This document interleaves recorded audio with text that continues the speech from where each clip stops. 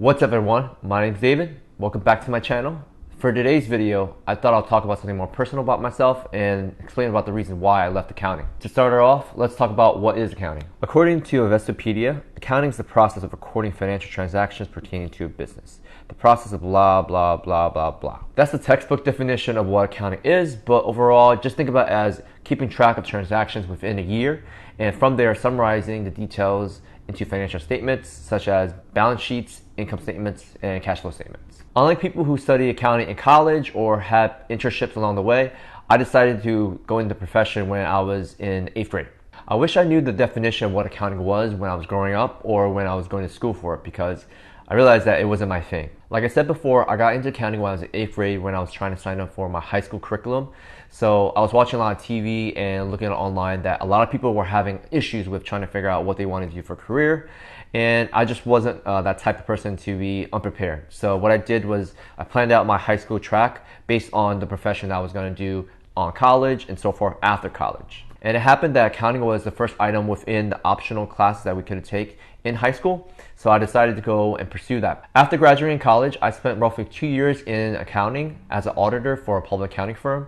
But in total, I would say overall, I spent roughly 4 years, including my internships in accounting. For my past roles, I got exposure to many areas, such as financial reporting, accounts payable, state and local tax, and then, as I mentioned before, auditing. So let me explain the reasons why I decided to leave the profession for accounting and to my current role. For the first reason, the lifestyle. A lot of people think corporate jobs such as accounting are easy, and it can be.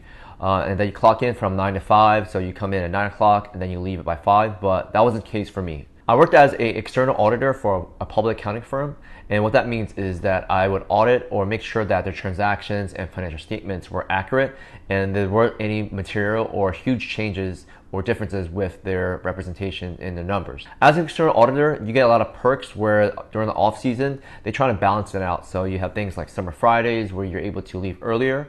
So when on Fridays, when it comes around like 2 o'clock or 1 o'clock, your clients will ultimately have less work for you during the less busy times. So you can leave the office or the client a little earlier. But during busy season, it's even worse. So I would say I would come into the office 8 o'clock or even earlier at 7:30, and I will leave on the worst times, maybe midnight or 11 o'clock. As you can see, the hours add up, especially during busy season. So there's a balance where you will work a lot more hours, say during the winter time, than not a lot of hours during the summer times. I don't think that was the case for me because I had a new client during the summertime. So although I was expected to work less, I actually worked more. As a result, during my summer, I was thinking about going to beaches or spending time with my family and friends to travel, but that wasn't the case. So overall, I had to go to a client site, which was relatively close, but it wasn't drivable. So what I had to do was actually fly to my client. That sounds nice and glamorous. People think about I get to travel for business, and it does. I think the first week I enjoyed it, but after like a month, you kind of hate living out of your suitcase and living in a hotel and without any context with your normal friends. So overall, I think I would spend a normal day, and this is like without being busy, 12 hours. That includes going to the airport, getting through, clearance, check-ins and whatnot, visiting a client, coming back home. All that adds up roughly 12 hours.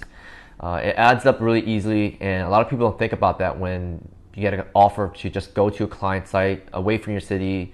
But there's a lot of things that you give up to. And the major thing I would say is your freedom. So meaning that you get to go to the client site, but you're dictated to be there at a certain time. And the lifestyle that I mentioned with all the late hours, the excessive stress, the additional eating that you're doing for late night work sessions, ultimately it adds to my second reason. The second reason is health. So all the reasons I said before of what the lifestyle is for an external auditor for a public accounting firm, I would say that affected my health. I think after my first busy season, I went to the doctor just for a routine checkup. Nothing was wrong, but I decided to go for a routine checkup, and the doctor decided to run some simple tests, blood pressure, and just check out how I was.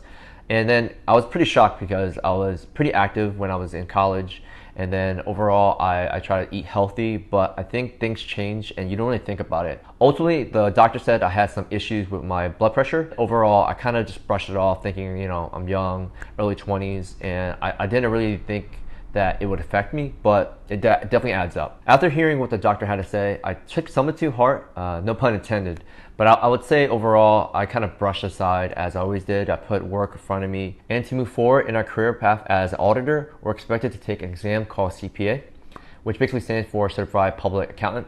So it's a designation that's really highly regarded. So when I was sitting for my exam, taking it, and just even studying for it, I realized that the material wasn't really what I wanted to do. This epiphany led me to the third reason, which was the material. I explained that I wanted to go accounting for the longest time, since I was in 8th grade in middle school, going up from high school to college. So I was ultimately pretty good at it. I went to state competitions for accounting. I know it's kind of nerdy, but it's what I wanted to do when I was growing up. And when I was in college, the internships, they had less, kind of value for me. I realized that it had less meaning for what I wanted to do. It was less exciting, less entertaining. When you realize that there's so much vast stuff in the world that you can learn, you kind of lose value what you have in front of you. So what I was doing at the time was accounting. And as I mentioned before, I was studying the material. It wasn't really, resonating with me inside. So overall, I felt that I needed to seek something that was challenging for myself. That curiosity is actually what sparked my interest to explore another practice within our firm, which was consulting. After some interactions and conversations with some of the professionals that were working in the consulting practice, it was very interesting. It was very enlightening of what they were doing. Overall, I felt like it was more in tune with what I wanted to do, just because there was a practice for visualizations and data analytics.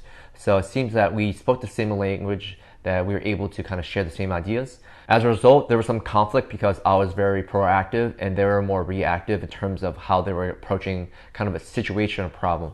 So it led to some issues when I was talking to someone who's my superior or senior, where they weren't really comprehending what I was trying to recommend. I felt that the group that I was in didn't really have a diverse background. They weren't able to really think about that.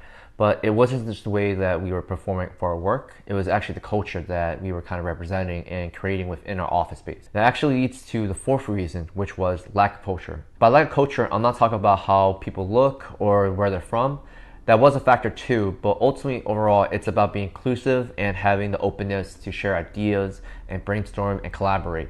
It just wasn't a thing that in my office in particular or my company. From my perspective, there was a lot of things that were exclusive or shown acts of nepotism where they would be more favorable for one person over another. The culture that they were trying to create overall wasn't something that I wanted to be a part of or something that I felt that I wanted to be there for the long term. With a lot of soul searching and reflecting of what I want to do ultimately, it led me to the path of data science. So right now I'm a data scientist / developer for a tech company, and it's very interesting and very progressive, so it's linked to my personality and type that I want to be. To sum up, those are the reasons why I decided to leave the profession for accounting.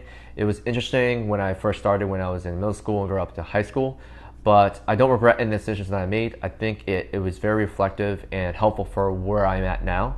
And as I mentioned before, you can't look forward until you look back, so just make sure that all the decisions that you make overall, you want to make sure that it's with no regrets, that you put all your effort 100% into it, because you only have one life to live. Thank you everyone for watching the video. If you thought the video was useful or helpful for you in any way, feel free to like the video.